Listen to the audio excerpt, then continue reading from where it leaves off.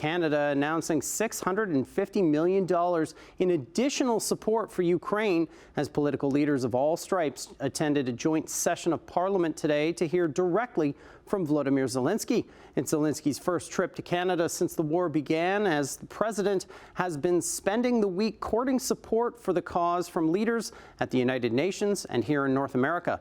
Zelenskyy calling what Russia is doing in his country a genocide.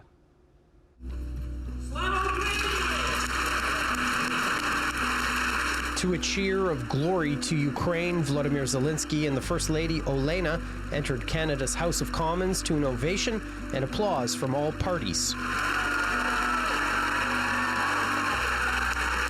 He was introduced by Prime Minister Justin Trudeau, who called him a champion of democracy, and spoke of what he saw on his visit to Ukraine in May.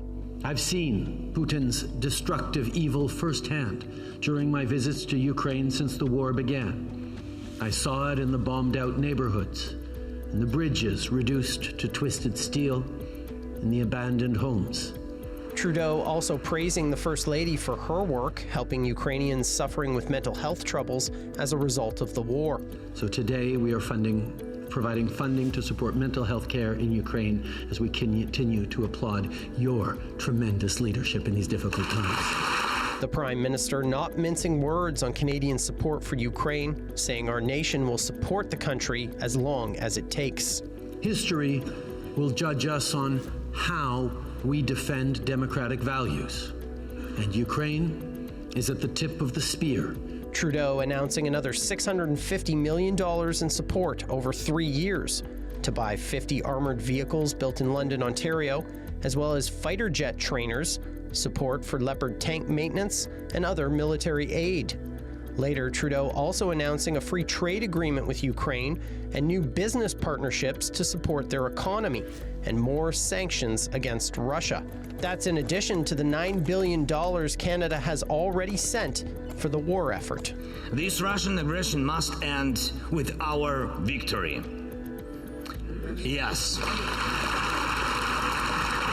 Zelenskyy offering high praise for Canada and thanking our nation for its continued support, which he credits for saving lives in Ukraine and setting an example for other nations. And I thank you, Canada, for being a real example of leadership and honesty for so many around the world, an example that inspires others to defend life. His warm welcome to Canada began long before the speech.